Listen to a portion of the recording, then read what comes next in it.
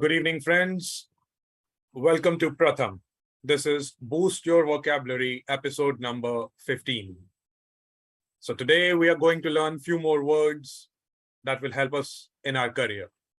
So let's begin. The first word for today is truculent. That's aggressive, bad-tempered, belligerent, ferocious. That's the meaning of this word. I repeat the meaning for you. Aggressive, bad-tempered, belligerent, ferocious. To remember this, what we can use is truck एक aggressive vehicle hai, right? So to remember this, truculent means aggressive. The sentence that can be used for this particular word is pitbull is a truculent breed. A pitbull is very aggressive, very bad-tempered. Not just pitbull, even bull are also, when they get bad, when they get aggressive, belligerent, ferocious, well, they are really, really bad. So pitbull or bull, both are truculent breed. Remember, it's an adjective. Let's move on and check the next word. Rue. Rotadu romat. Matlab, rue. Well, the meaning of this word is to regret or to feel remorse. I believe there is a loss of something, so you regret or you feel remorse for it. Sentence, he's going to rue the day if he rejects my business proposal. He is going to rue the day if he rejects my business proposal. That means he's going to regret. He'll feel remorse. He'll waste his whole day if he rejects my business proposal, and he will really regret that. Not just the action of rejecting the business proposal, but also wasting his whole day. Remember, it's a verb. It's a verb. So, rue, to regret or to feel remorse. Moving on to our next word, debacle. I believe some of you must know this word, right? A complete failure, a fiasco. Well, to remember this, we can say that debacle during an accident would lead to a debacle. Yeah. So debacle during an accident would lead to a debacle, a complete failure, fiasco. Sentence for this particular noun is the collapse of the US economy was considered to be the biggest debacle. Well, we remember the 2008 when the whole of US economy just collapsed, right? The collapse of the US economy was considered to be the biggest debacle, a complete failure, a fiasco. So it's a noun. Hope it's easy to remember. Throws. Well, it's like a throw of a tennis ball, right? If I throw a tennis ball at you, it would lead to throws. So throws means difficulty or intense pain. So simultaneously, if several balls are coming at you, will you be able to play it, whether it's cricket or tennis? No, it's very difficult. And when they hit you at a maximum speed, they can go to intense pain will happen.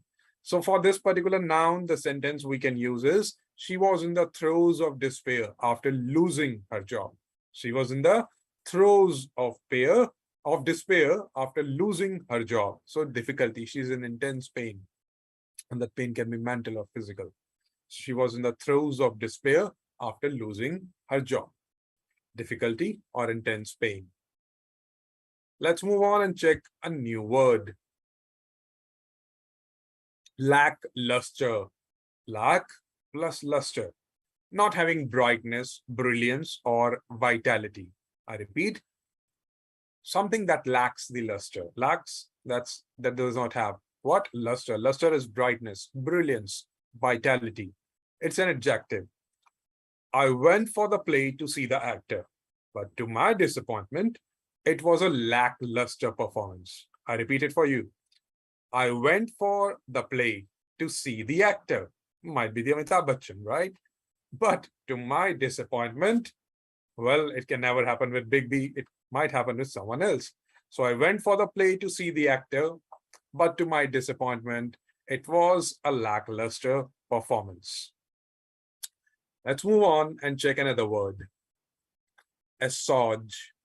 As means donkey, a donkey. A donkey. As means donkey. A donkey's usage provides relief, meaning to make more reliable, more bearable, or less severe. Ease, help, mitigate, mollify, palliate. Wow. To mitigate, that means to make it less severe, to ease down, to help. I saw a mother cooing to her toddler and assuaging his fear of the dark. Well, children are quite afraid of the dark. We know that. And this verb, assuage, helps us out in understanding the fear, right?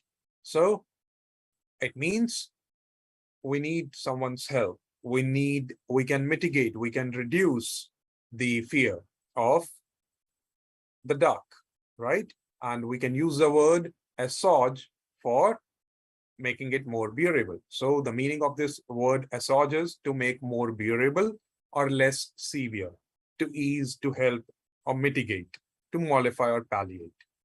So the sentence, I'll repeat it for you. Remember, it's a verb, right? So the sentence is, I saw a mother cooing to her toddler and assuaging his fear of the dark. Let's move on. Another new word for you, forfeit. Well, if you pretend to have 4 feet, you have to pay penalty. Wow. Really? Well, it's good that we still walk on 2 feet. I don't want to walk on 4 feet. I don't want to pay penalty, right? A sum of money to be paid as a punishment, damages, fine. It's a noun. The sentence for this is, the forfeit for each baseball player involved in the brawl was $5,000. That's a hefty sum of money, right? So forfeit for each baseball player, that means the punishment, the damage, the fine. We have seen many a times player act unprofessionally on the field, right?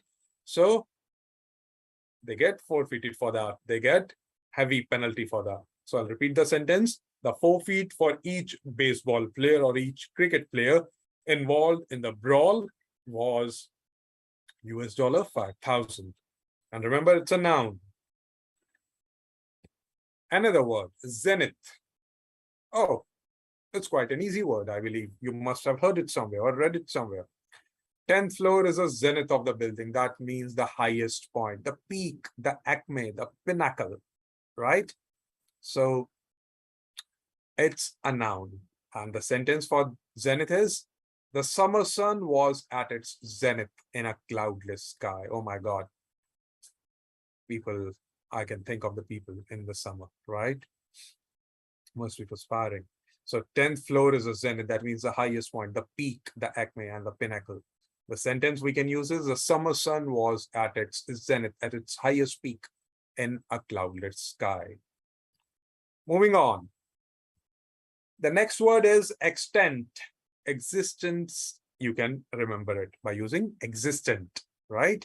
It's an adjective, and the meaning of it is something that is old but existing, surviving.